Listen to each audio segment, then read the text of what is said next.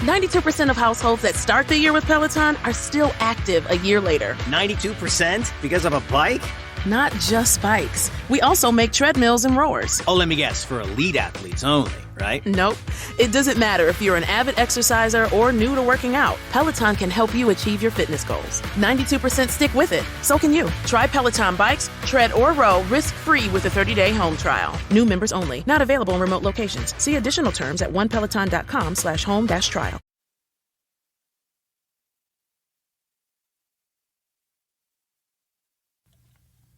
Become a part of the Horton team. We're looking for welders, painters, assemblers, machine operators, cabinet makers, and other positions to build emergency vehicles that help save lives. Join us at our hiring event on Wednesday, January 18th from 2 to 5 p.m. at 3800 McDowell Road in Grove City. We offer a huge $1,500 sign-on bonus and great benefits such as 401k match, medical coverage starting day one, and much more. For more information on what Horton can do for you, visit careers.revgroup.com and search Grove City.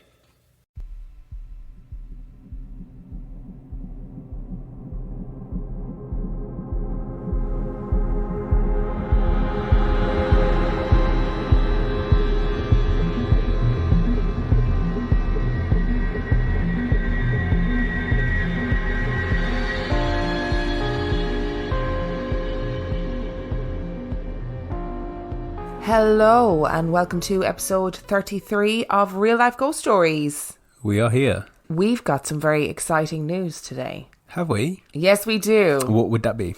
We reached over 100 patrons at this stage. Wow, that is crazy. It's mental. We never thought we'd get this far. We never thought anyone would ever be a patron. So thank you so much to every single one of our 104 currently Patreon subscribers, and obviously, like always, we want to thank our newest Patreon subscribers. So we would like to thank Kayla. We'd like to thank Nicole Vergeson. Don't know. Vargson? Vargeson. No, I don't know. Sorry if we got your name wrong. We would like to thank Id Flashman, who is our gorgeous pal. We would like to thank Kiara Corcoran. Kira. Nah, it's Kiara, right? That's how the pop star spells Kiara. Kira's my friend from uni. Pretty sure her name is Kira. All right, Kira Corcoran. Thank you to Becca Palace. Melissa Lennon. To Carly Hollywood. Jenny A. To Matt. To Lucy Evans. And to Georgie White. Thank you. Oh, that was a bit Children of the Corn, wasn't it? Thank you all so much. It genuinely blows my mind. Come and play with us. No, don't come and play with us because Dan's just weird. Thank you so much for... Sorry if I mispronounced your name. Your Patreon pledges. We really appreciate it so much and we love you all so, so much. So our film review this week. Our film review is Wreck. And Wreck was released in 2007. It has 7.5 out of 10 on IMDb, and it has 88% on Rotten Tomatoes. Would you like a synopsis? I would indeed. Late night TV host Angela and her cinematographer are following the fire service on a call to an apartment building, but the Spanish police seal off the building after an old woman is infected by a virus, which gives her inhuman strength. What were your thoughts on this film? Do you know what? I blooming liked it. Did you? Yeah. Why did you like it? Just thought it was a good story. I'm not a massive fan of found footage, handycam stuff, but... In general, but it was alright. It was watchable. It was quite a good story. The only thing is, I guess it suffers from being real time. It suffers from having a little bit of a lack of exposition, so we don't really understand exactly what is going on by the end. See, I quite liked that, though, that we didn't really get exactly what was going on. Just full disclosure, I love a zombie film. Love everything to do with zombie films. Give me a zombie film or a creature feature or both in one and I'm there. Love them. So I was pleasantly surprised when I realised this was actually some sort of zombie film. Yeah. Because I thought it was going to be like a possession film, which I thought was really clever. Which it kind of was. How? Because where did the virus come from? The possessed girl? Yeah, but she was never possessed though, was she? That's the whole point. I don't know. I saw her at the end. She looked pretty. Oh, God, yeah, she was horrific. Do you know what? I really enjoyed it. It's just your standard run-of-the-mill zombie film. They're in an apartment, but that's the thing, it's smaller scale. Yeah. If you've seen the film Quarantine, it's like Quarantine, only better. And it is Spanish, so there is subtitles. I did think in the beginning that I was going to get bored. I did as well. I thought you were going to get bored. I thought I'd lost you at one point, to be fair. But I managed to get myself back into it. The one thing... It was worth it as well, wasn't it? It was really worth it. I really enjoyed it. Like, don't expect kind of anything, stunning and really intellectual and like, oh my God, life-changing. It's a zombie film. It follows all the same tropes as a zombie film and it's great. Except... Well, I know what you're going to say. Go on. Do you? Yeah, go on.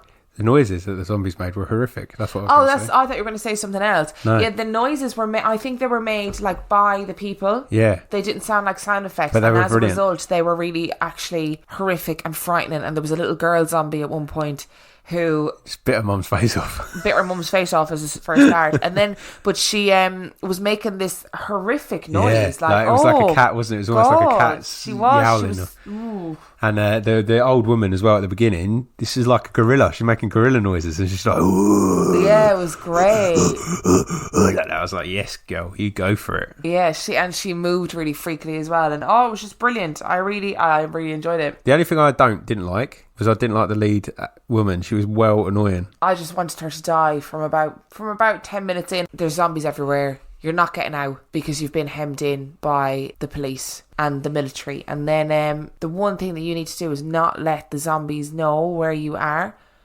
The last thing that I think you should do in that situation is shout.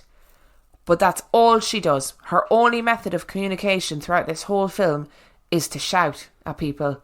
And it is the most frustrating thing that I have ever watched. She was the least likeable character in the whole thing. She was awful. She was very committed to her filming as well, because she kept saying, "Oh, we've got to let people know, keep the camera rolling, don't touch the camera, shut up, woman."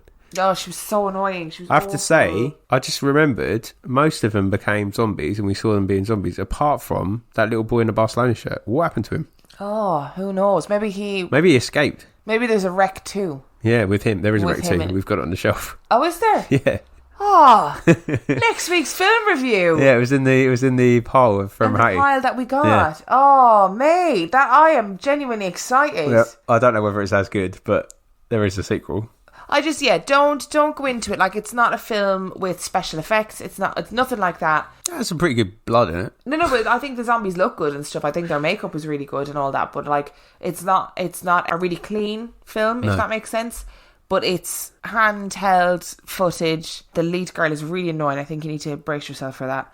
And I just thought it was a really good fun film. And the monster thing at the end. Oh God, she was horrific. Was actually she horrific. Freaked me right out. But didn't look too cheap or badly done, I didn't think. She didn't. I mean, she didn't look realistic, but...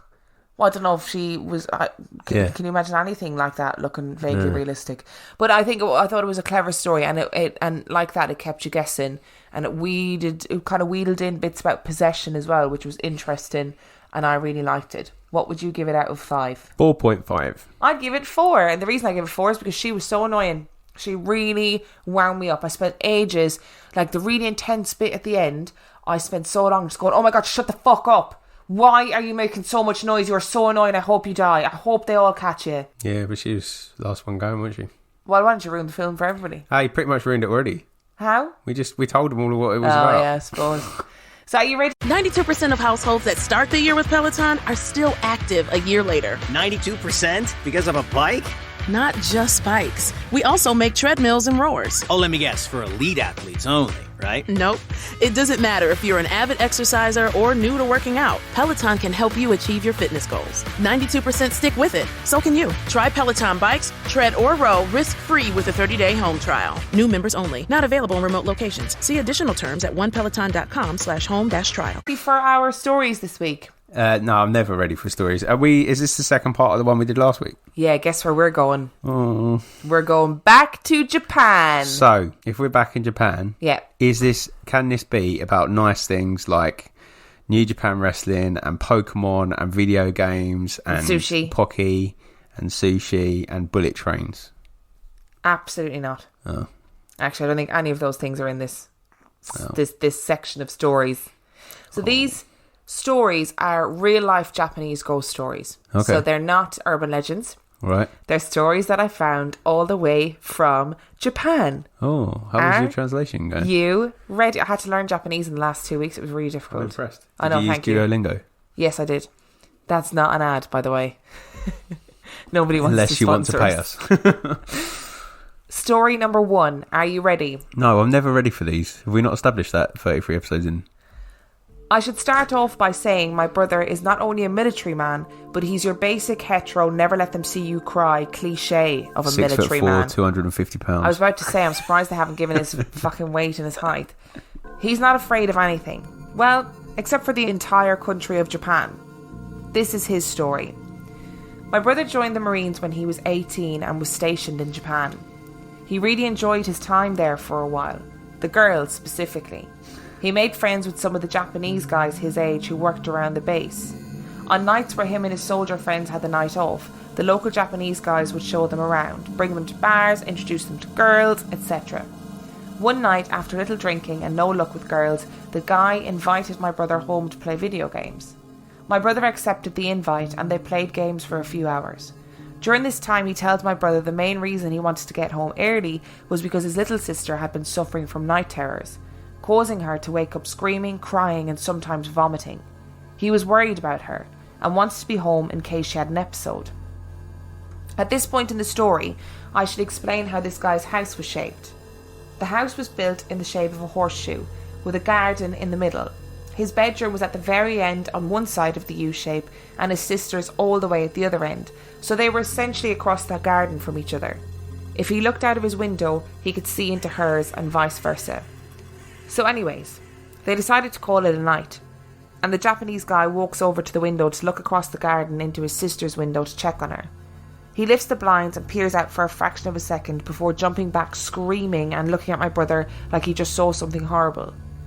My brother then goes to look and he stops him. He tells him that he saw a dark cloud with red eyes hovering over his sister's sleeping body. My brother naturally does not believe him and decides to look for himself. He creeps quietly over to the window and lifts the blinds, but this time he finds himself eye to eye with what he describes as a dark black puff of smoke with a face. My brother and this other guy admit that they got under the guy's covers and stayed there until it was light outside, too afraid to lift the blankets and see that the smoky figure had come a little closer and was in the room with them, just on the other side of the thin sheets.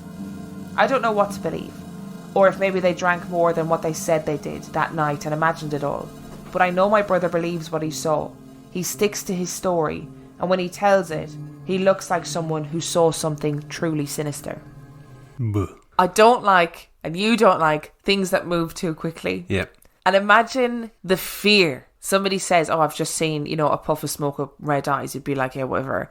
And go and look at the window and it's right there in like your that face. Cat you showed me in the video that was getting, oh, the cats. When cats, closer. I think somebody posted in the super group, when cats stalk and then they get closer and closer when they think you're not looking. Like that, except not a cat and a puff of smoke with red eyes and a face. What is that? What could that be? There's loads of stories of black puffs, though, isn't there? Like what? Like, it's all black smoke, isn't it? Like, they always talk about black wispy men and stuff like that. Black wispy men.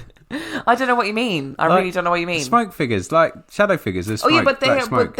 I always thought they were like human forms that just looked a bit like smoky. Okay, so I'm really confused. I know you said that none of these stories were about video games. Okay. But there is a video game in this story. Okay. I know you said that none of these stories are about Pokemon, but that black mist sounds like Ghastly to me. Just saying. Oh, I take it back. It's a Pokemon. Of course it is. Why didn't they catch it? He didn't. He's obviously not aware of got to catch them all. Obviously not feeling the gotta catch them all vibes.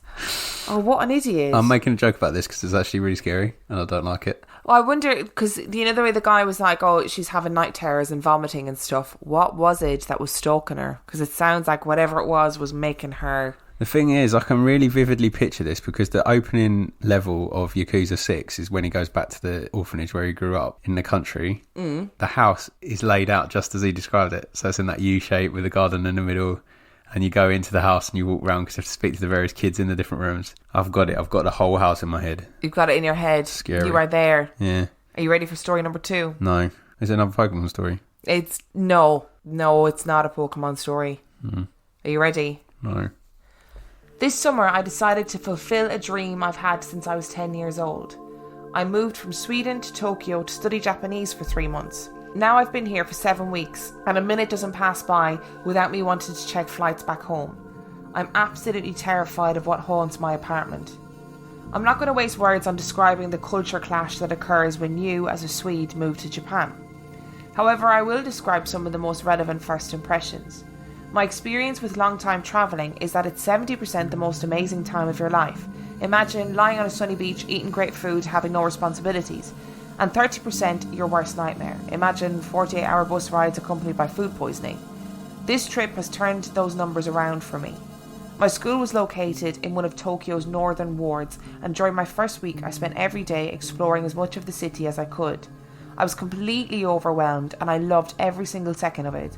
I loved the food, the people, the language, and just the atmosphere itself. The only thing I didn't love was my dormitory. I stayed at the school dormitory due to the fact that it was cheap and convenient. My roommate was a sweet girl from Thailand who didn't speak a word of English. We tried to have a conversation in Japanese the same day I moved in, but the attempt was quite unsuccessful. Mostly due to the fact that my Japanese speaking ability was limited to where can I find the post office and how much is this? Phrases you seldom use when you're trying to make new friends. At the end of my first week I started to feel lonely, having very few people to talk to in either Swedish or English. The Thai girl that I shared a room with was constantly with her gang of friends. She used to have them over, and while I laid in bed, either studying or watching Netflix, they were so loud I couldn't focus. To be honest, I wasn't as much annoyed as I was jealous. There I was, 15-hour flight away from family and friends, and all these girls seemed to have the time of their life with each other. Whenever they were over, they chattered and laughed together a lot, which made me miss my own friends even more. But the dormitory kitchen and common room were always crammed with people, and I had nowhere to go when I wanted to leave my room. I could have made more effort to make friends, I'm willing to admit that, but the language barrier was way too much for me. Adding the fact that conversation often went silent for a few seconds whenever I entered either the common room or the kitchen, and people stared at me, it didn't make the situation better.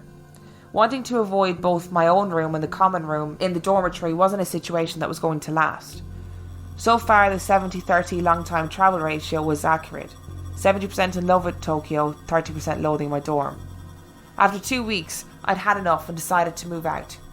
As a non-Japanese citizen, getting your own place in Tokyo is extremely difficult and often super expensive, so I went to my school for help.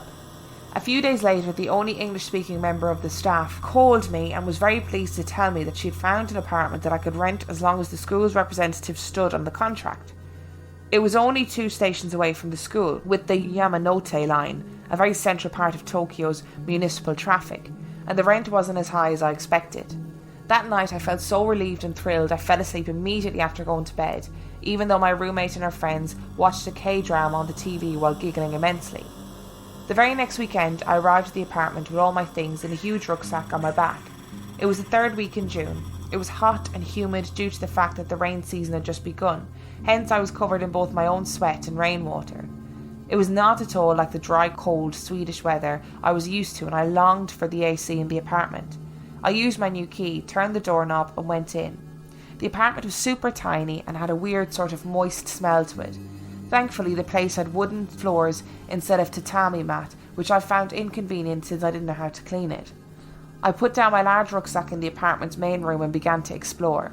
There was a kitchen the size of a 1 square metre, which you could access from the main room, and a toilet and a shower that was maybe 1.5 square metres that you could access from the tiny hallway. The place could have used a good renovation, but everything seemed to be in order. The electricity was working just fine, and there was hot water in both the bathroom and the kitchen. The walls were painted white, probably at least 10 years ago since they were lightly stained yellow in several places. In the main room there were 2 windows, which were larger than the Japanese standard. Over them hung metal sunblinds. In the kitchen there was a small window pretty close to the ceiling. It gave the kitchen a feeling of warmth. Overall, the apartment was sparsely furnished, with a mattress on the floor in the main room and a small table right in front of it. It had no bookshelves, no chairs, and no dining table. I made myself at home and started to put my things in the wardrobe, which was built into the wall, Japanese style, when I discovered a cabinet at the bottom of it. Cabinets for storing futon beds, sheets and covers are very common in Japanese homes, but this was the first time I actually saw one on the floor of a wardrobe.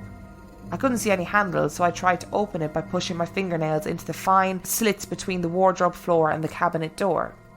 I pushed my fingernails across the edge of the hatch and pulled upwards. It was stuck. No matter how hard I tried, I couldn't open it. After getting a splinter under my index fingernail, I swore out loudly and gave up. My finger was bleeding, and after pulling out the splinter, it itched for several minutes. I made a mental note to ask the landlord about the cabinet the next week when I was going to his office to sign some insurance papers. What was the point of having a cabinet that did not open? At least, not from the outside, a tiny voice said in my head. The thought made me shiver, and I decided to ignore it. I explored the rest of the cabinets in the main room, and in the cabinet above my bed I discovered something.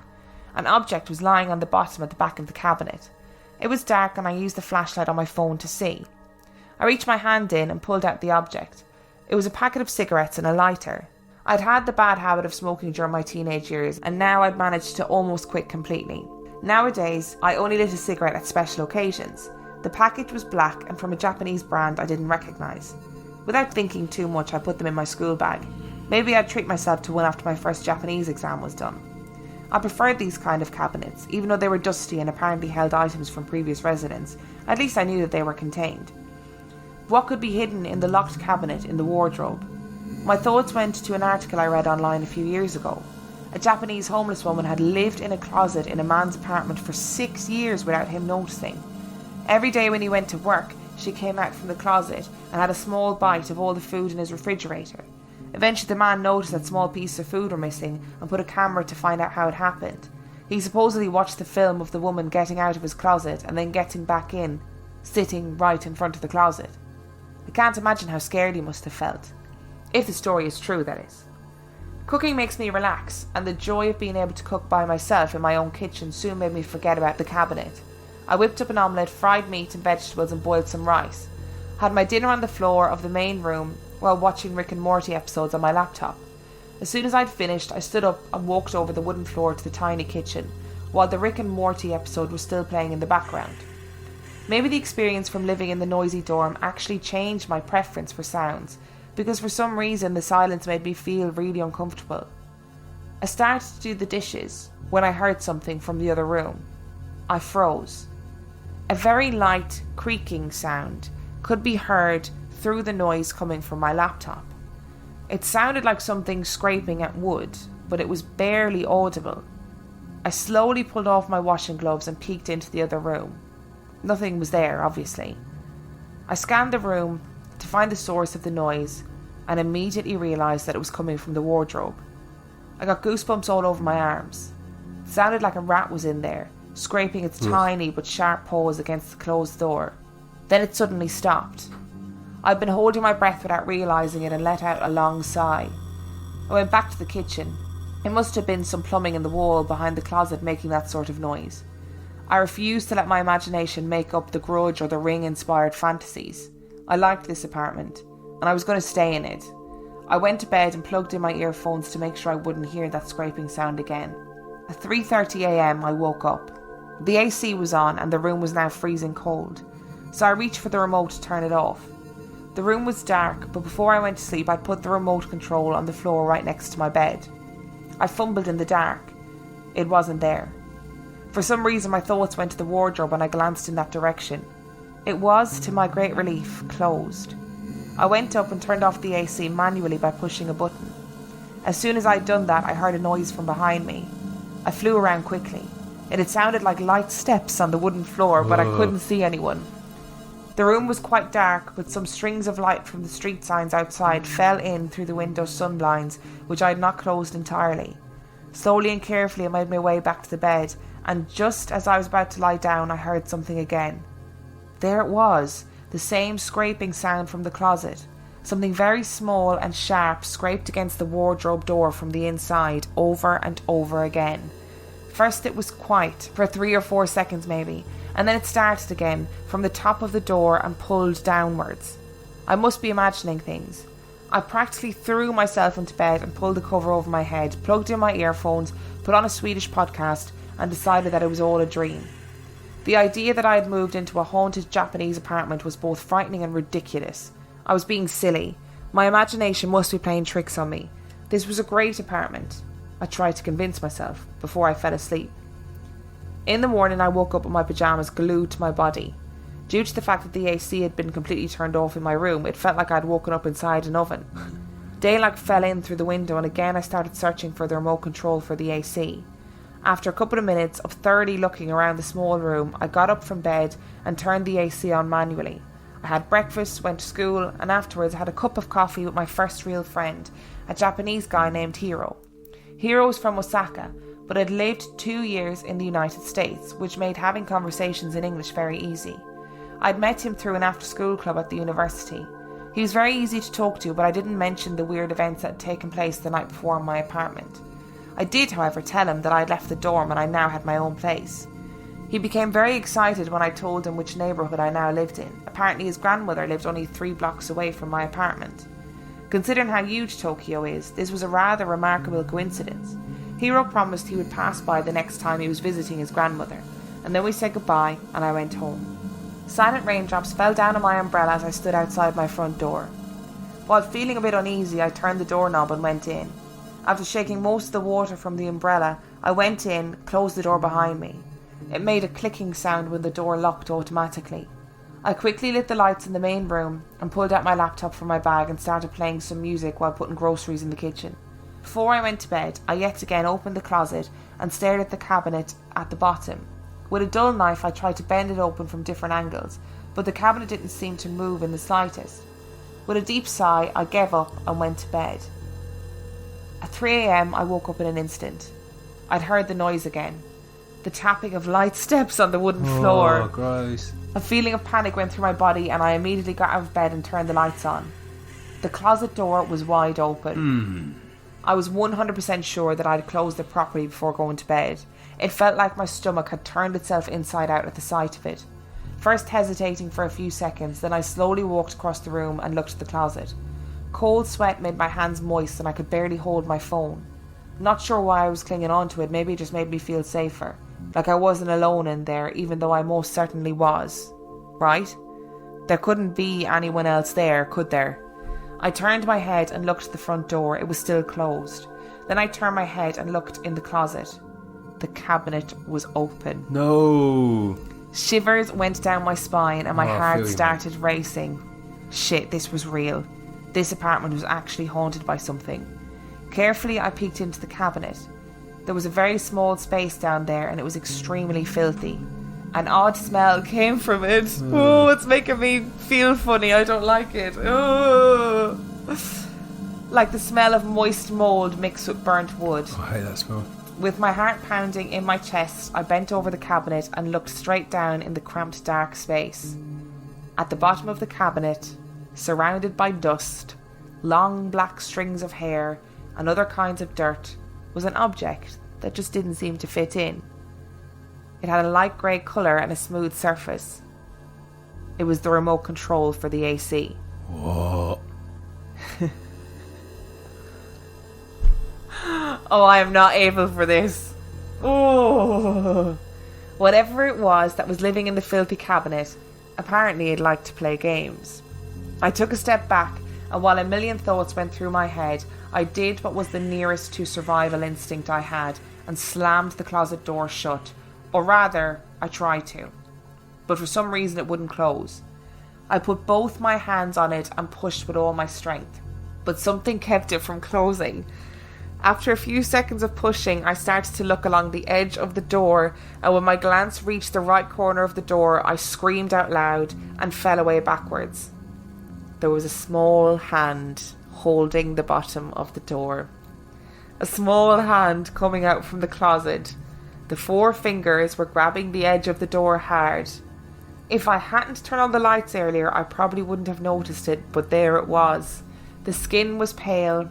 There was black dirt around each fingernail, and thin blue veins were visible through the white skin on the knuckles.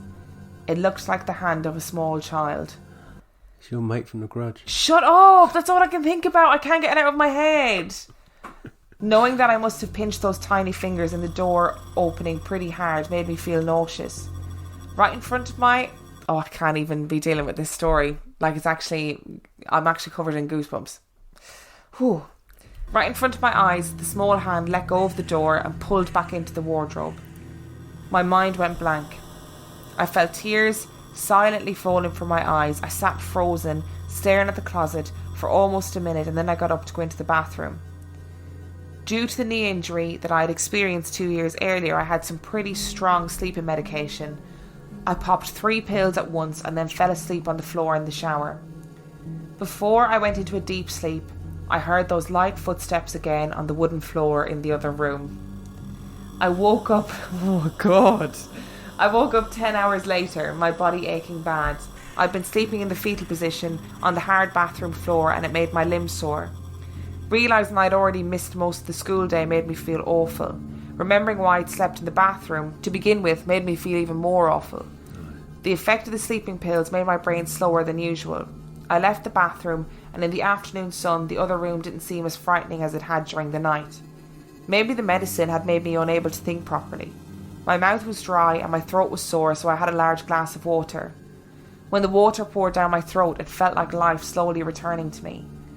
I took another glass of water and ended up drinking it while sitting in front of the closet door, staring at it while massaging my temples.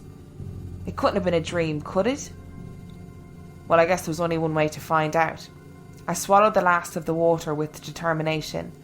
I flung the wardrobe door open, expecting it to look like it had before the cabinet was open. To my great surprise, the cabinet was still open. It was revealing its dark and dirty insides just as it had done the night before. It couldn't have been a dream after all. I didn't want to look down in the filthy cabinet again, so I began to close the wardrobe door. I stopped when I caught a glimpse of something in the wardrobe that made me flinch. Even when the light was on, it was dark in there, and now in daylight I noticed something on the small door to the cabinet. The square door that I had tried so hard to open earlier was now standing upright, showing me the side of the door that while it was closed was facing the inside of the cabinet. There were marks on it, long thin cuts in the wood. The deepest cuts were covered in dark brown stains. At first, the long thin marks looked like a cutout pattern, but I had to lean in to be able to see it properly. In doing so, I grabbed the handle of the wardrobe and accidentally struck my index finger, in which I'd gotten a large splinter the night before. I swore angrily on reflex, and then the fear made me freeze. I looked at my finger, and in the strange marks on the inside of the cabinet door, small fingers, most likely bleeding and full of splinters, had tried to tear the door apart from the inside. The noise of something very tiny scratching on wood. There'd been somebody in the cabinet. Judging by the size, somebody with very small hands, like a child. Like the small hand that had stopped me from closing the wardrobe door yesterday. It felt like someone had poured a bucket of ice on me. The feeling of panic poured over me again, and I had to bite myself in the lip not to scream out loud again. I put on some clothes and started to collect all of my most necessary valuables. When I tugged my charger from the wall socket, I saw something right next to my bed. It was the remote control for the AC. While I'd been sleeping on the bathroom floor, it had somehow made its way back. In my head, I imagined the tiny, dirty hand putting it there. I left the apartment immediately. Now I'm in a cafe.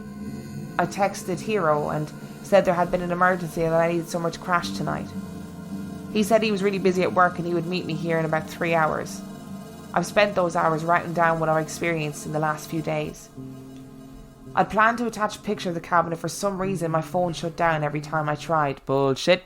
The battery has been a little sketchy lately, so it's either that or whatever lives there doesn't want to get caught on camera. Eventually, I have to go back. Why was that so awful? Well, because it's that someone being in a house that shouldn't be there, isn't it? But that story he told to begin with is real. I've seen the video. Oh, there's a video of a guy in New York though as well. Oh, is it? So you know the one where she climbs down out of the cupboard close to the ceiling. But I'm fairly sure there was a Japanese version of that story. Not that it's not true. I don't mean version as in like it's a tale, but of people living in people. That freaked me out so much. That story. Imagine somebody living in your house and like knocking around. Yeah. the houses I've lived in have been broken into like twice, I think. It is the worst feeling in the world when you come back and you think, oh my God, somebody was going through my stuff. Like a stranger was going through my house, and that is a really weird feeling. Yeah. Do you remember the time somebody stole my basil? Yeah, but that was the estate agent or the builder, wasn't it? That's not the point. That is not the point. So I need to tell this story because it's really important to me. So I can't grow things. I'm not able to. That is true. And I somehow had managed to grow a really amazing basil plant on my kitchen windowsill. And it was in this gorgeous pot, and it was really tall and beautiful. And I came home from work one day, and I was like, Dan, why did you cut my basil plant? You're such a dick. I told you that I didn't need to be cut, and that I'm using it for cooking, and you shouldn't cut it. And Dan was like, I didn't cut your basil plant. And I was going mental. And then I realised a builder had been in our house building things, and he had stolen some of my basil plant because he was an animal. Fucking still not okay about it. If you're listening to this and you stole my basil plant, I'm going to haunt you. You give it back. I want it back now.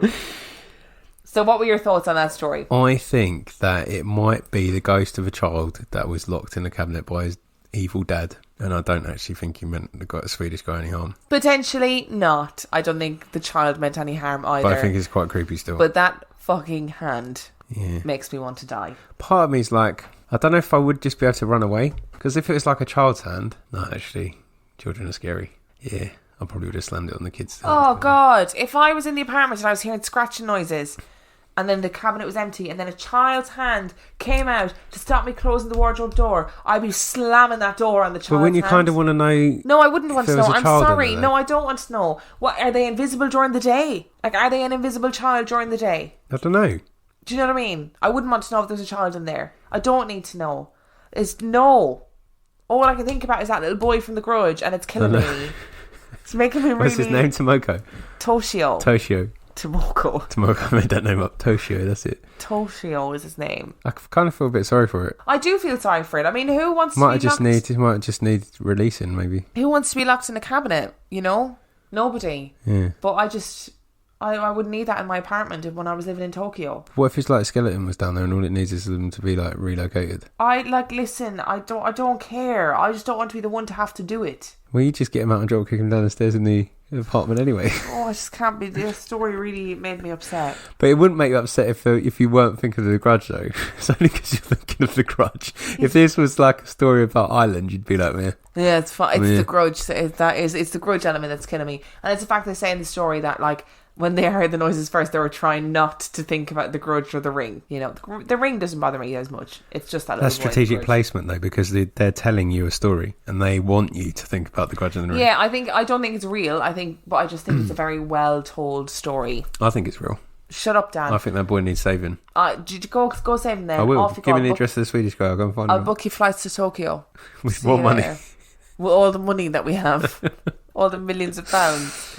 I'll book your flight to Tokyo. You can let me know how brave you are when you get into that apartment and them little footsteps is knocking around at night time. Oh, well, I wouldn't stay in the apartment. I'd go in the daylight and destroy the cupboard and just find out what's in it. A little ghost boy. Were you not listening to the story? Yeah, but it's not the ghost boy. It's what the ghost boy's attached to, isn't it? Oh, okay. You got to release him. You sound like Zach Bagans. I am Zach Bagans. You're not Zach Bagans. No, you've said it 3 times. He's going to appear in a minute. Oh, no. I can't be dealing with him tonight either.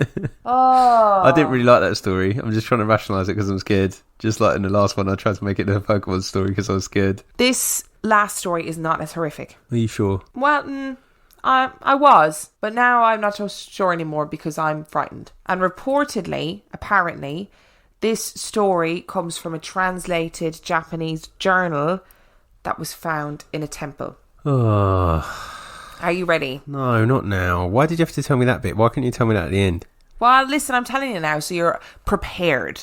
It is late at night, and my wife sits on her knees, sipping from an empty teacup before placing it back on the table. Over and over again, she repeats this, her eyes empty and her gaze aimless. I sit across from her, my head on my knee, lying against the wall. I pick at a stray straw on the tatami, counting the moments. Will it come tonight? 3 times in 7 days. The priest at the temple told us it will last until the new moon and come on random days. determined by the whims of a mind no one knew. Sip, clink, sip, clink, sip. I finally noticed my young wife and her empty teacup. I stand across the room, briefly resting a hand on her shoulder as I pass her. With kettle in hand, I take the cup from her. She resists at first before her eyes fall into focus on my face. She scrunches it, ready to cry. Knock, knock. It's here.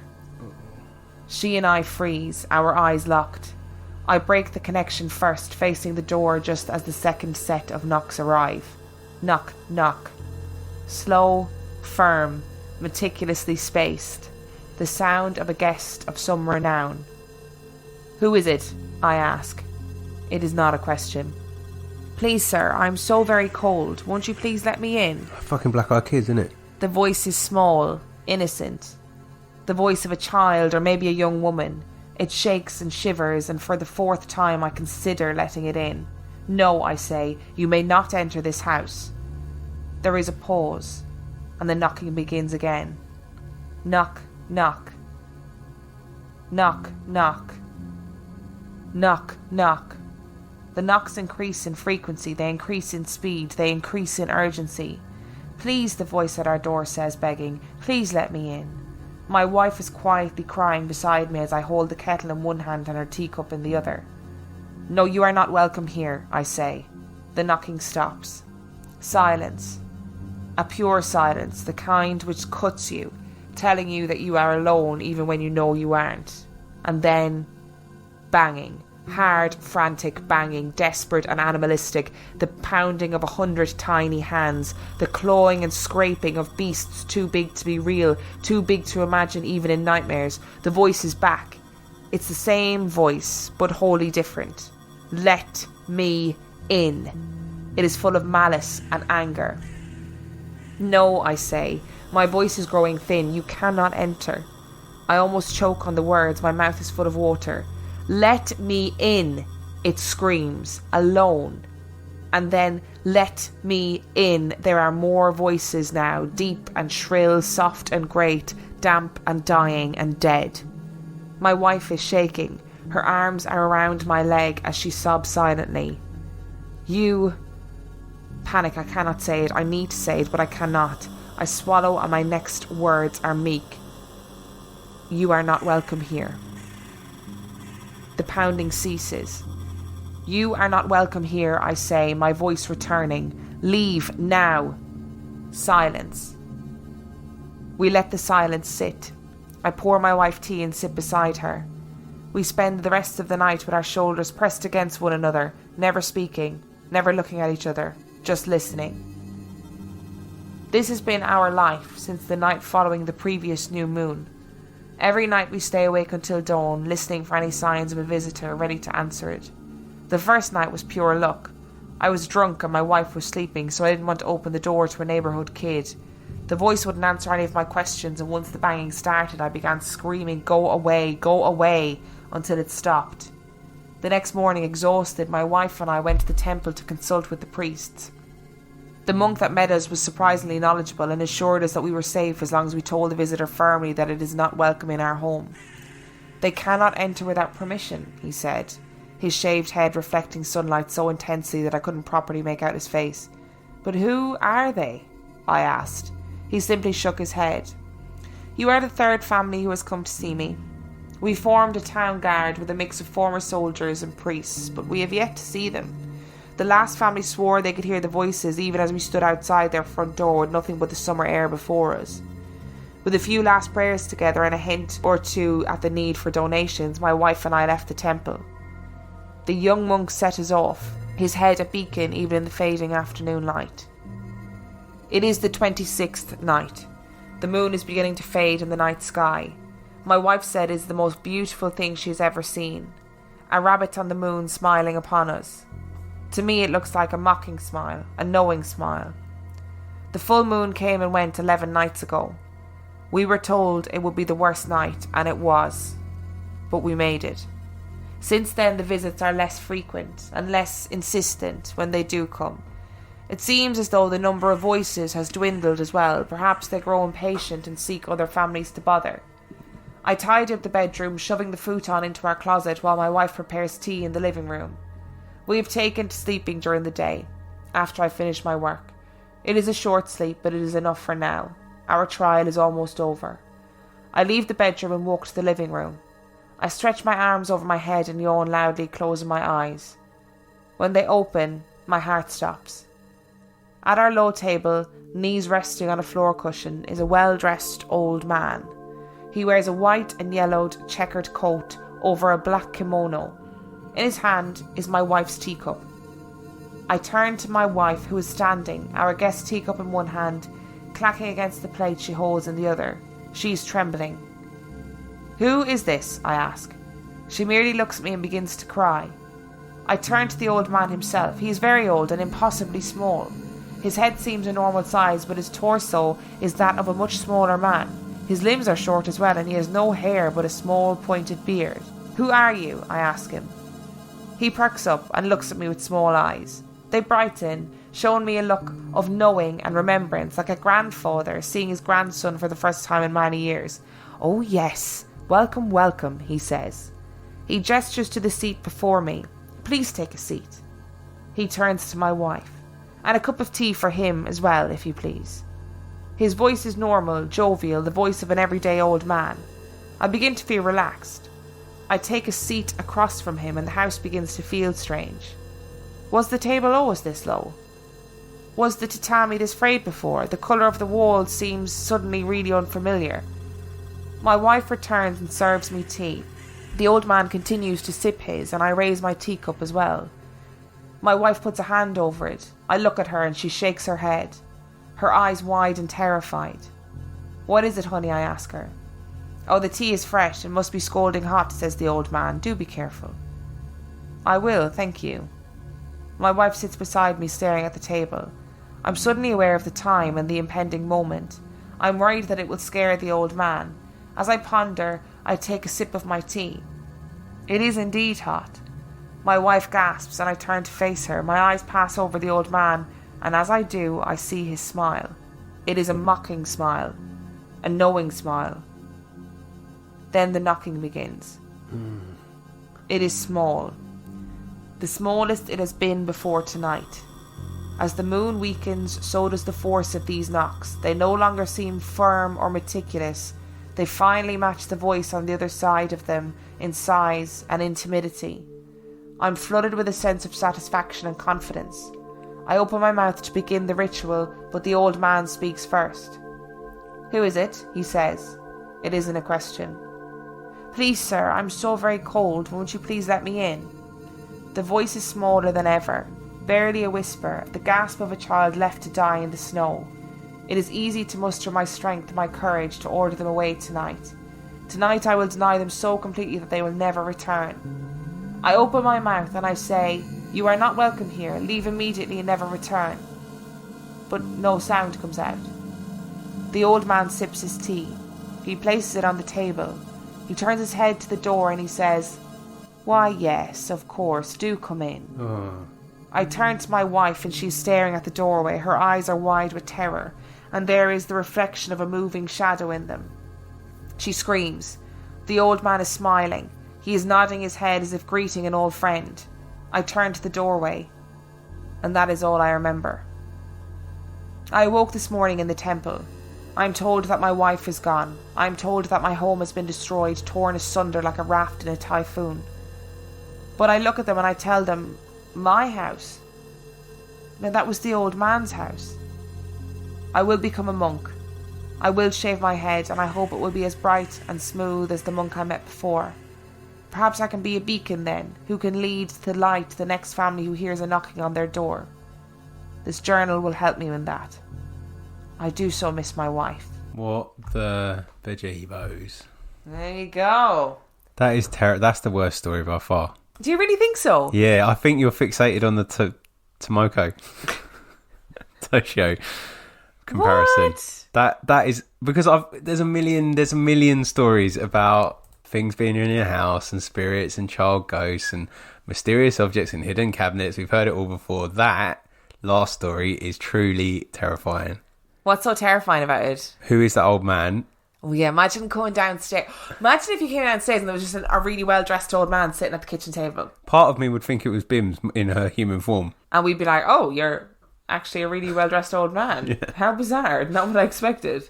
But then because they've been fighting some unknown power for ages and ages and ages. And he was like the final boss. And then he comes in and he tricks them into drinking tea that silences their voices. And the wife had already drunk it, clearly, and she knew, and she tried to stop him. That makes way more sense than how I read it. I read it that he had tried to drug the old man, and that's why she was trying to get her husband not to drink it. He took their voices. Yeah, he took their voices, and then he lets them in. Yeah, that's good. And why has he got a little body and a big head? Is he one of those football figures that I've got upstairs? Oh, my drink nearly came out of my nose. And who's trying to get in? And what are they? And they're attached to the moon. The moon's pretty scary. It's almost like vampires. It's like a vampire lore, isn't it? I thought it was Black Eyed Kids to start with, but I thought it was Black Eyed Kids first when I first found it and started reading it, and then I was like, oh no, maybe it isn't. But then, who knows? That's a horrible story. I loved it. So, of the 3 stories that we've done today, how's that been the worst one for you? Yeah, absolutely. Well, guess what? What? We're not finished our world adventure. Because next time, we're going somewhere else. We're moving. Guess where we're going next week? Thailand. No. Norway. No. Myanmar. Really, no. No. But we are going to go to Australia next week. Really? That's a long way to go for I know, it is a long way to go for a podcast. But listen, these are the things we have to do. This is why we have a Patreon. I think Australia's a great idea because there's loads of... It'll be First People lore, won't it? So that'd be amazing. First People lore, and I'm also looking for some nice cryptid stories in There's Australia. there's good cryptid stories in Australia, so... I'm like stressed. Jittery. Tell yourself it's a Pokemon. It's really good. That's how I'm is that how it works? Yeah. Anything that ever happens to me, I'm going to be like, it's just what Pokemon are fine. what? Meowth. It was Meowth in the cupboard. Meowth. Or maybe it's Rattata, and that's why it's scratching. Rattata. Ratata. Rattata. Ratata. Oh, you're so annoying. Review number 1 comes from Gattater. I'm not even joking. It's almost like we've landed. It's Gattata.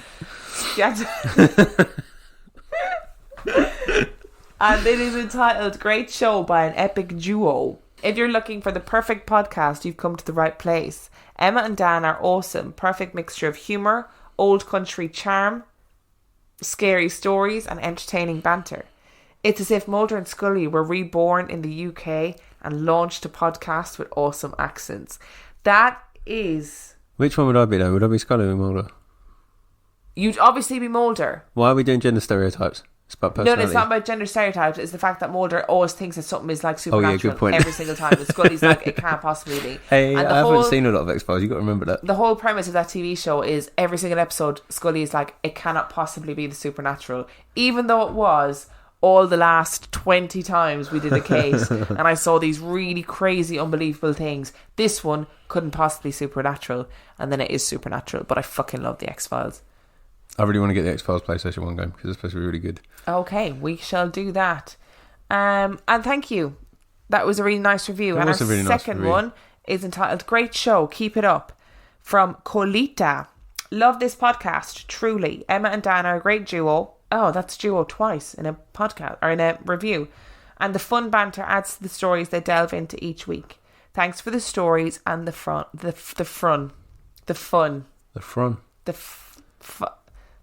Oh, and that's from Colita in Texas. I've had a beer and a half, and you've had nothing. I know, and I can't even speak. It's the because fear. Tomoko. What's his name? Toshio. It's the genuine fear of. You think Toshio's bad? You haven't met Tomoko. You wait till you meet Tomoko. Tomoko is like Toshio 2.0. Yep.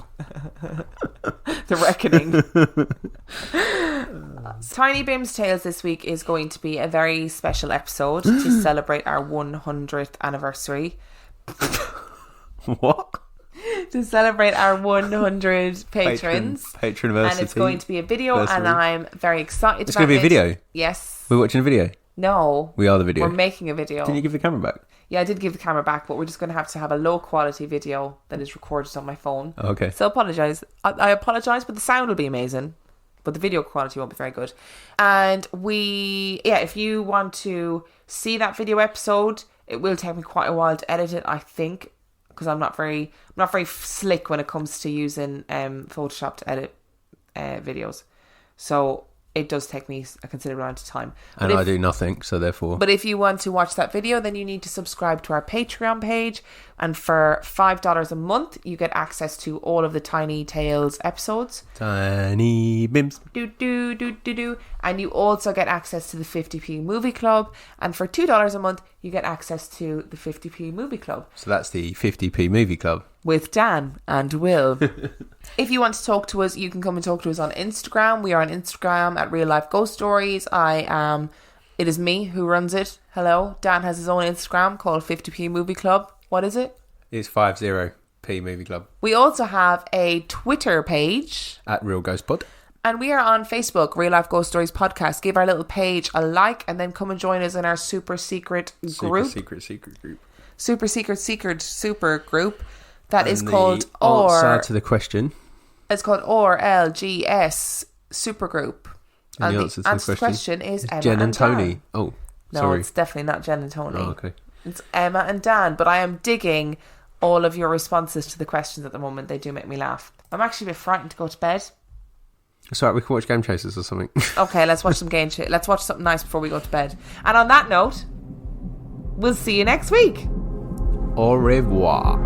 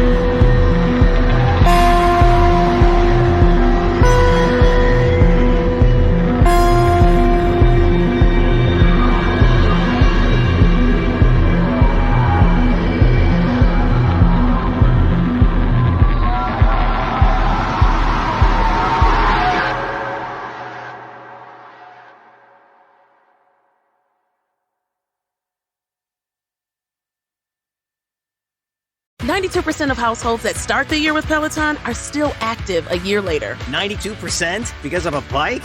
Not just bikes. We also make treadmills and rowers. Oh, let me guess, for elite athletes only, right? Nope. It doesn't matter if you're an avid exerciser or new to working out. Peloton can help you achieve your fitness goals. 92% stick with it. So can you. Try Peloton bikes, tread or row risk-free with a 30-day home trial. New members only. Not available in remote locations. See additional terms at onepeloton.com/home-trial.